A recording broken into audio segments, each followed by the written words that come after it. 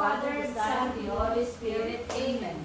So good morning again, class. Before we take our seat, kindly pick up the piece of paper under your chair.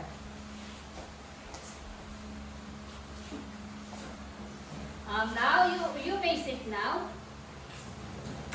So let me check your attendance. Please say present when I call your name. Alexa Villa. Present. Belmonte Mahil. Present po. Bandin Amor. Present po. Bustarga Jamia. Present. Mapa Mariver. Present po. So before we start to our new lesson, what do we call the air, water, and land around us? Yes, Jamia. Environment. Thank you. Very good, Jamia. Thank you. Class, I have here two pictures. The polluted city and clean forest.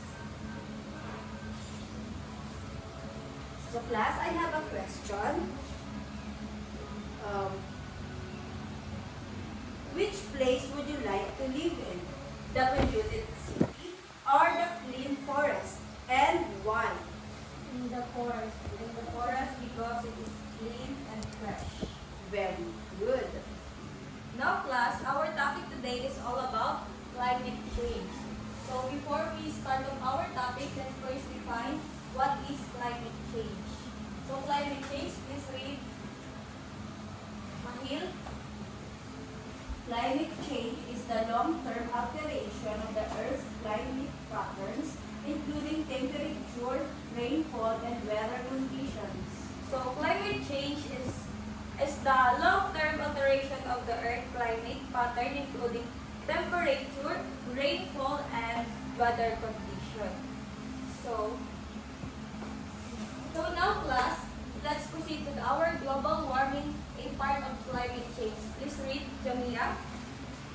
Global warming, a part of climate change. Human activities such as burning fossil fuel, cutting down trees, and pollution increase greenhouse gases. These gases trap heat in the atmosphere, causing the Earth to warm, a process now. So thank you so much. So human add greenhouse gases by burning fuel, cutting trees, and pollution. So let's move to the our effects of climate change.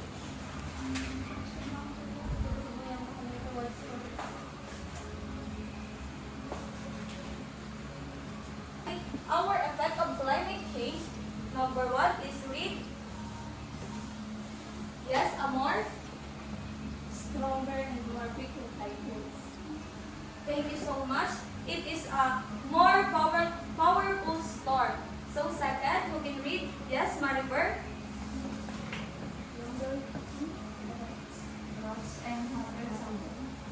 So thank you so much. So when we hear the word longer droughts, it is a less rain. And the hotter summer, it is a more heat. So last, please read. Mahil. Rising sea levels, melting ice in polar regions. Thank you so much. So ocean gets higher caused by floods. So now class, look at the two pictures. So what do you see in the pictures? What differences do you see in the pictures? Anyone? Yes, Jamia? One is clean, the other is dirty. Thank you so much. So pollution and cutting trees change in our climate. This is called climate change. So what happened when the earth gets hotter? Anyone?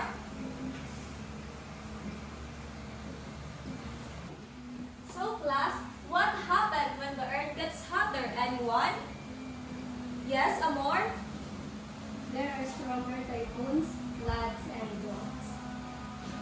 So correct. Climate change affects people, animals, and plants. So class, can you give me an example? Yes, Mahil? The polar bears lose their homes, farmers those crops. Thank you so much, correct. So, again class, climate change is the long-term alteration of the earth pattern including temperature, rainfall, and weather condition. So class, for your activity, I have here pictures. You're going to do is to come in front and explain what picture is this.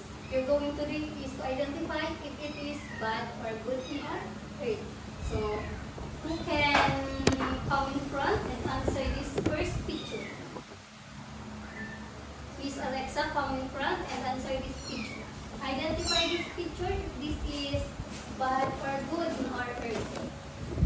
This picture is bad on our earth because the children are throwing the bottles on the sea. Very good. Class, instead of throwing this bottle, you're going to do is to recycle this. So, we make this bottle a garden in our school. Class, in our third picture, so can you please explain this in front of Mia? So this picture po is good because using too much electricity from renewable sources. So very good. So how about please explain this in front Mariver? This picture is good because planting trees is a good for our earth. So very good. Planting trees help our Mother Earth, and also us.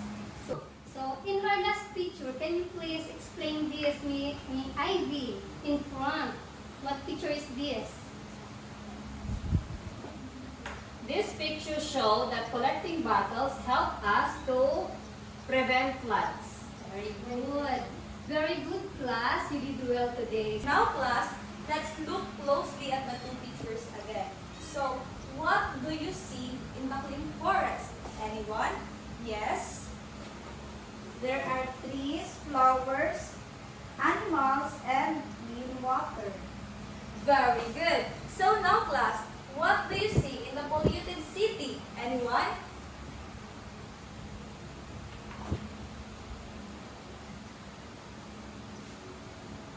There's smoke, trash, dirty water, and broken buildings. Very good. These differences are caused by human action when we throw garbage, cutting down trees, so we harm the environment. This action lead us to climate change. So who can tell me what happened when the earth gets hotter? Anyone? Yes, Maribel? There are strong typhoons and floods and floods. Correct. Climate change affects not just weather but also animals, plant, and people. Now class, can you give me an example? Anyone? Yes, Maribel? Polar bears lost their homes.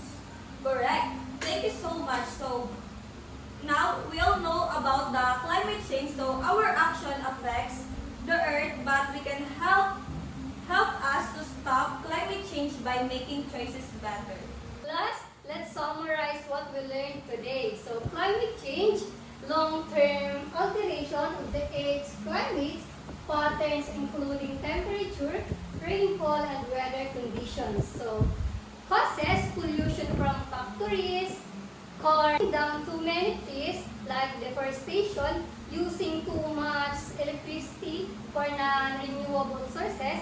So in effects, so stronger typhoons and floods, hotter days and droughts, animals losing their homes, people getting sick or losing crops. So climate change affects everyone, people, animals, nature, but we can help. So what are some ways we can protect the earth? Alexa? Plant trees, recycle, turn off lights, throw trash properly. So very good.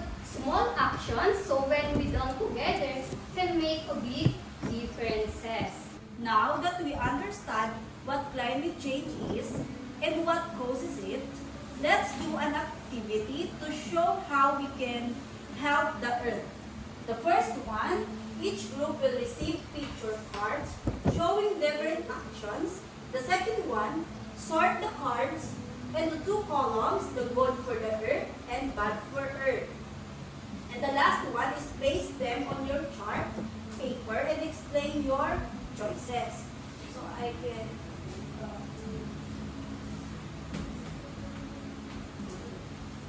for earth.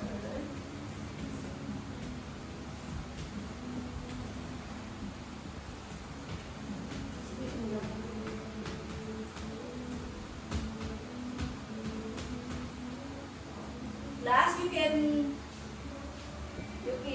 paste your this chart and this rubber. Okay, you can now paste your card and blackboard.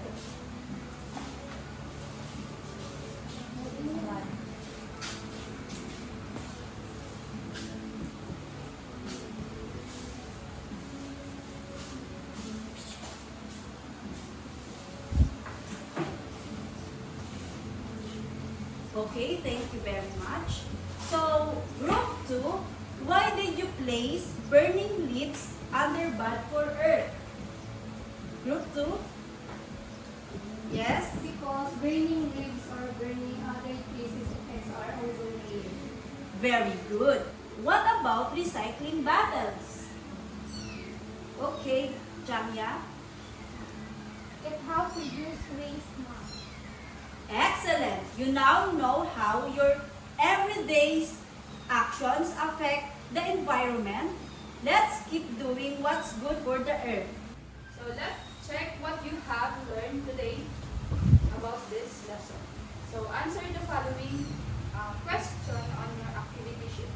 So number 1, what is climate change? And number 2, give one cause and one effect of climate change. And the last is suggest one action you can do at home to help reduce climate change. For rubrics, teamwork 5%, accuracy 5%, explanation 5%, creativity 5%, and the total is 20%.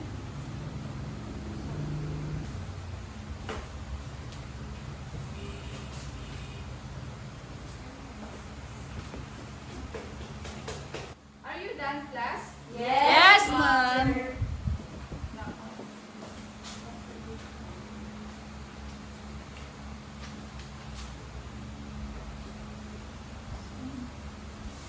So class, your assignment, number 1, draw a picture of one action your family does at home to protect the earth. Example, planting trees, recycling, saving electricity, conserving water. Number 2, label your drawing with the correct action. Number 3, write one sentence explaining why this action is good for the earth. So that's all for today. Please stand for our prayer. So in the name of the Father, the Son, the Holy Spirit, Amen. Lord, we thank you for the blessings we received today. Let peace and unity prevail in our homes, school, community, and country. Let love reign in our hearts. Amen. In the Father, the Son, the Holy Spirit, Amen.